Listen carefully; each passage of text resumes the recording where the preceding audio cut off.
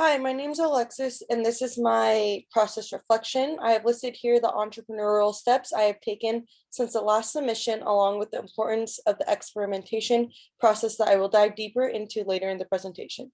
Throughout the course, our business model canvas stayed relatively the same due to validation of the hypothesis being true. The first hypothesis I tested before I had a team was that females feel discouraged or afraid when they attend car meets because they are the non-dominant gender at these things. The experiment I did to test this was interview 5 women who classify as car enthusiasts. The result was that I found 4/5 of interviewees mentioned something about not having a close girl group or feeling out of place due to their gender, which validated that it was a relevant problem.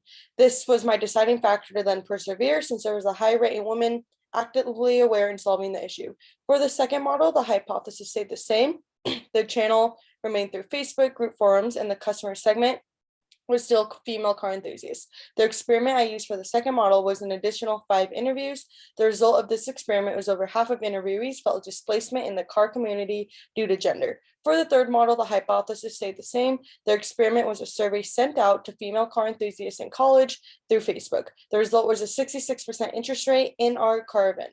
For the fourth model, the experiment will be a poll ran on Instagram. The results are pending, but it will shape our next business model by seeing if we need to modify the customer segment to be a wider range of women.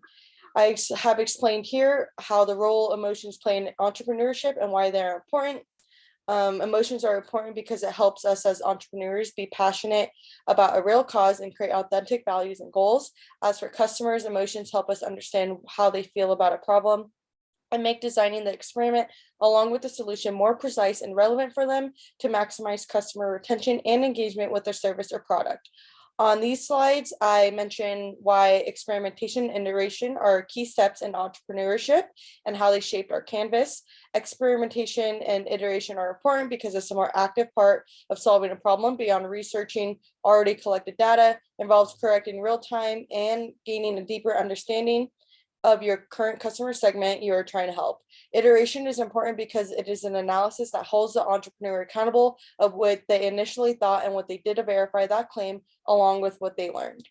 Lastly, this is the process that I would use to create a brand new product or service.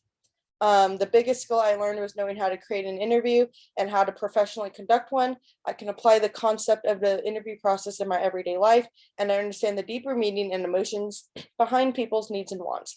This can also be a helpful skill when becoming a talent acquisition or part of a hiring staff.